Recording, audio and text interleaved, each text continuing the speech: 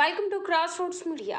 ప్రముఖ ఆధ్యాత్మిక గురువు సద్గురు జగద్గి వాసుదేవ్ ఆరోగ్య మరియు ఆహారంపై తరచూ తనదైన శైలిలో విశ్లేషణలు అందిస్తుంటారు. తాజాగా ఆయన గుడ్ల వినియోగంపై చేసిన వ్యాఖ్యలు సోషల్ మీడియాలో చర్చనీయాంశమయ్యాయి. జిమ్ ట్రైనర్లు, పోషకాహార నిపుణులు, చివరికి ప్రపంచ ఆరోగ్య సంస్థ కూడా గుడ్లను పోషకాహారాలు నిండిన సరసమైన ఆహారంగా సిఫారసు చేస్తుండగా సద్గురు దీనికి పూర్తిగా భిన్నమైన అభిప్రాయాన్ని వ్యక్తం చేశారు. తన ఇటీవలి ఇన్స్టాగ్రామ్ రీలులో రోజు గుడ్లు తినడాన్ని అత్యంత ఘోరమైన విషయంగా ఆయన అభివర్ణించారు. ఈ వ్యాక్సిన్ తర్వాత కొంతమంది, ముఖ్యంగా మహిళల్లో శక్తి క్షీణించడం, నీరసంగా అనిపించడం వంటి లక్షణాలు కనిపిస్తాయని సద్గురు తెలిపారు.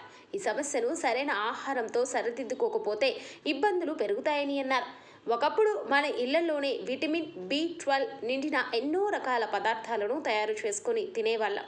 కానీ ఇప్పుడు బ్రెడ్, గుడ్లు వంటి వాటికి అలవాటు పడ్డాం అని ఆయన ఆధునిక ఆహారపు అలవాట్లపై విమర్శలు గుప్పించారు.